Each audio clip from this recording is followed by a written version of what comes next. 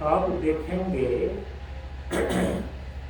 यह जो योग दर्शन के सूत्रों पर हम सभी लोग विधिवत विचार कर रहे हैं कि इस योग दर्शन के सूत्रों को समझने में धीरे धीरे शेष सभी दर्शन प्रसंगानुसार से आते जाएंगे और फिर उनके तथ्यों को, उनके सिद्धांतों को हम सभी लोग प्रसंगानुसार विचार के माध्यम से समझते भी जाएंगे।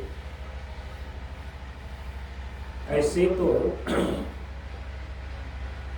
आप किसी भी दर्शन का सम्यक अध्ययन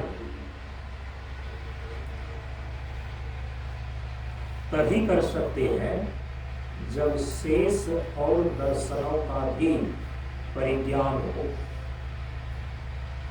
ये दर्शन शब्द जो बार बार बोला जाता है, यहाँ पर दर्शन शब्द का अर्थ है दर्शन शास्त्र, और दर्शन शास्त्र उसको बोलते हैं जहाँ पर तत्व के स्वरूप पर विचार किया गया है।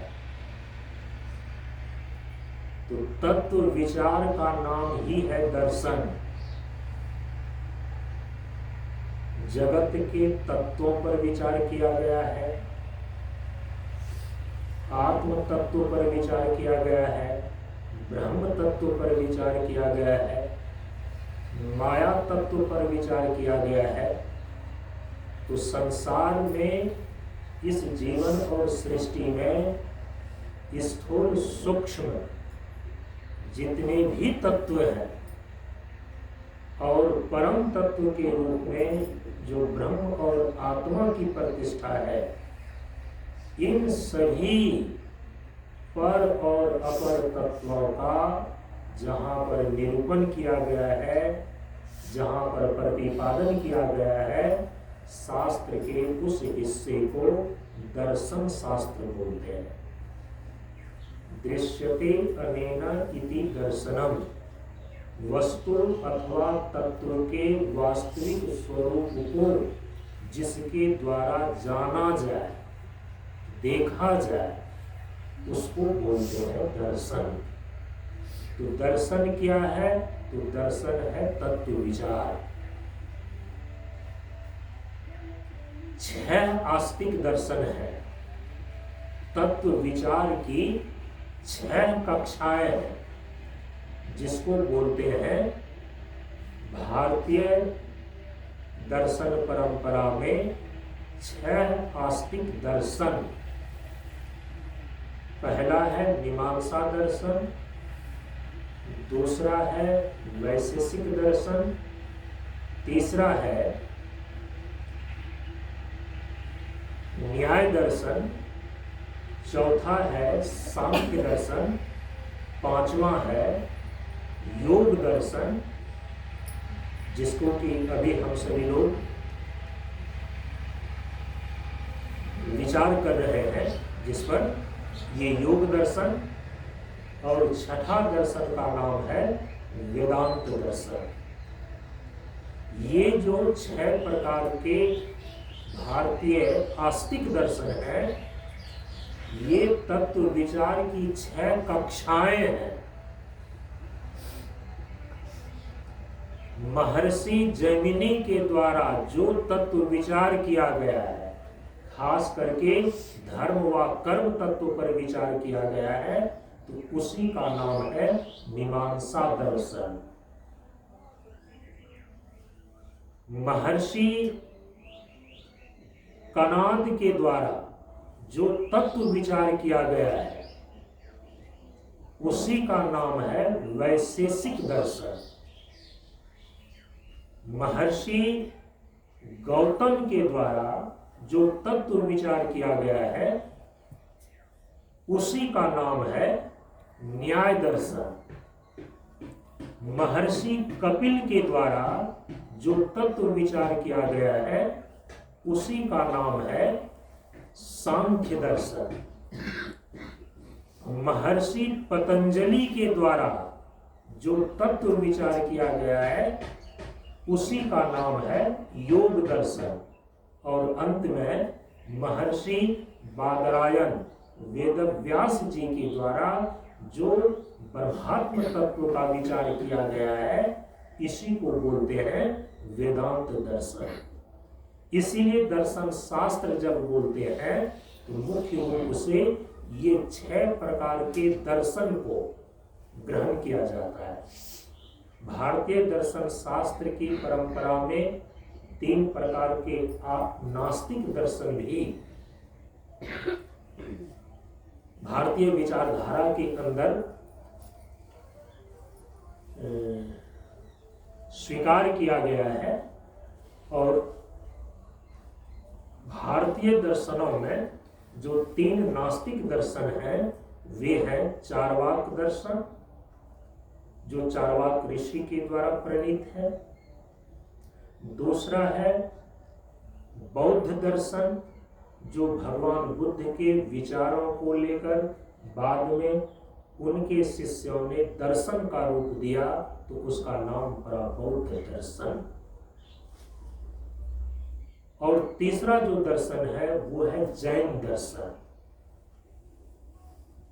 जैन धर्म में 24 तीर्थंकर हो गए।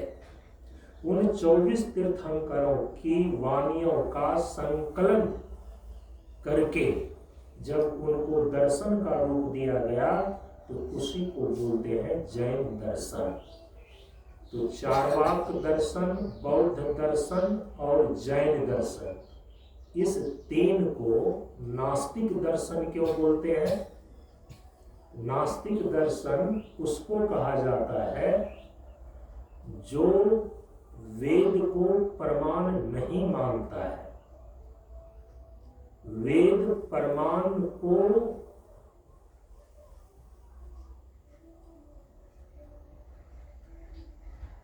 स्वीकार किए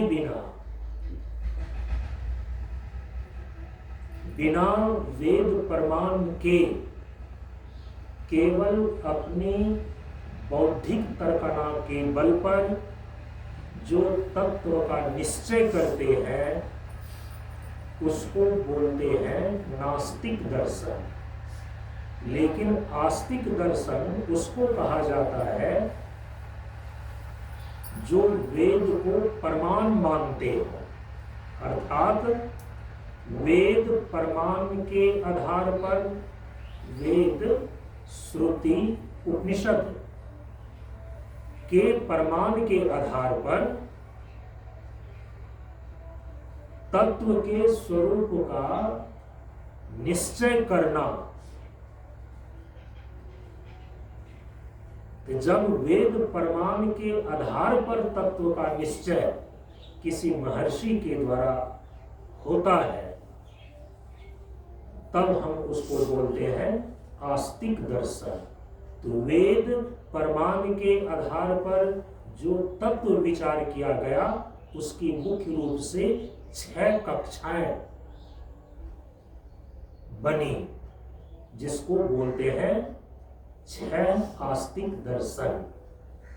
मीमांसा दर्शन, वैशेषिक दर्शन, न्याय दर्शन, सांख्य दर्शन, योग दर्शन और वेदांत दर्शन। वेद प्रमाण के आधार पर नहीं बल्कि स्वयं बौद्धिक तर्कना के बल पर जिन्होंने तत्व का निश्चय किया है उसके आधार पर 3 नास्तिक दर्शन का निर्माण हुआ, चार्वाक दर्शन, बौद्ध दर्शन और जैन दर्शन। इसीलिए जब आप दर्शन शब्द सुनते हैं तो यहाँ पर दर्शन का अभिप्राय है दर्शन शास्त्र। दर्शन शास्त्र क्या है? तत्वदर्शी महापुरुषों के द्वारा किए गए तत्व विचार। जैसे महर्षि पतंजलि ने जो योग और चित्त तत्व को लेकर के विचार किया है, तो इसको बोलते हैं योग दर्शन।